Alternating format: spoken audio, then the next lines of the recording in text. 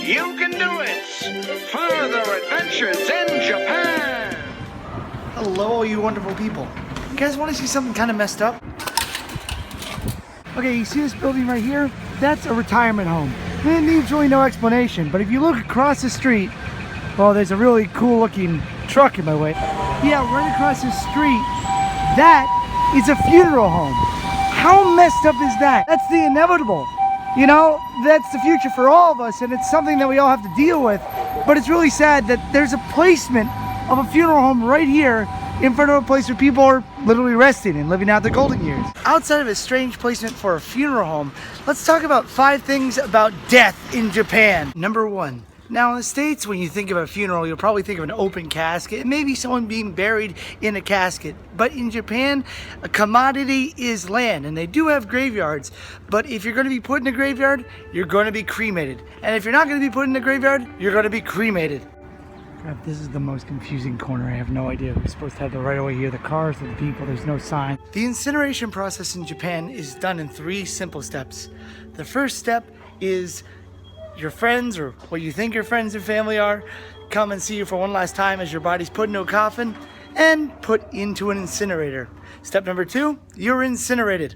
Step number 3, your family and friends come back in, take chopsticks, and take the bones out that couldn't be burned and put them foot to head because you don't want to be buried upside down in a vase. And next, you get to stay on someone's shelf for the rest of your life, or you get put in one of these, a graveyard.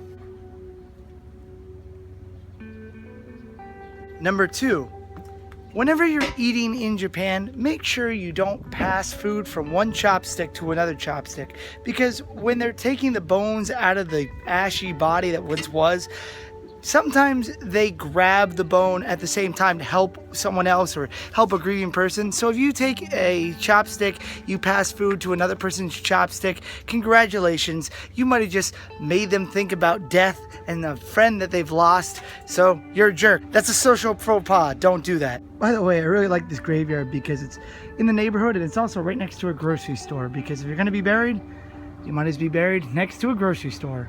Of course, this grocery store does have Yakuza ties, so maybe I'll do a video about that in the future. Number 3. Speaking of chopsticks, when you're eating your food in America, if you're taking a break, it's normal for you to put a fork or a spoon into your plate, just bury it right in the food. But in Japan, you should never do that, because during their funeral ceremony, they take a bowl of rice and they put 2 chopsticks straight up into it. It's an offering for the person in their next life to at least have some food. Just like this lighter here, it's saying one more in the afterlife. Number 4, the number 13 has a big superstition in English-speaking countries. For example, sometimes you'll see a 12th and a 14th floor and no 13th floor in the middle. But if you're on the 14th floor, you know what floor you're really on. But in Japan, it's not 13 that's the unlucky number. It's 4, because 4 sometimes sounds like death. So many buildings and parking spaces will omit the number 4 in order to not be associated with death. Number 5, there's a very popular anime called Death Note, and if you write anyone's name into this death notebook, they will die.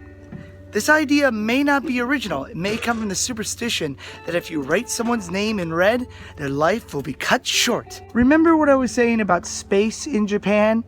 Now, in America, you might have a gravestone for one person, but since space is a commodity in Japan, it's normal to have an entire family all in one small area.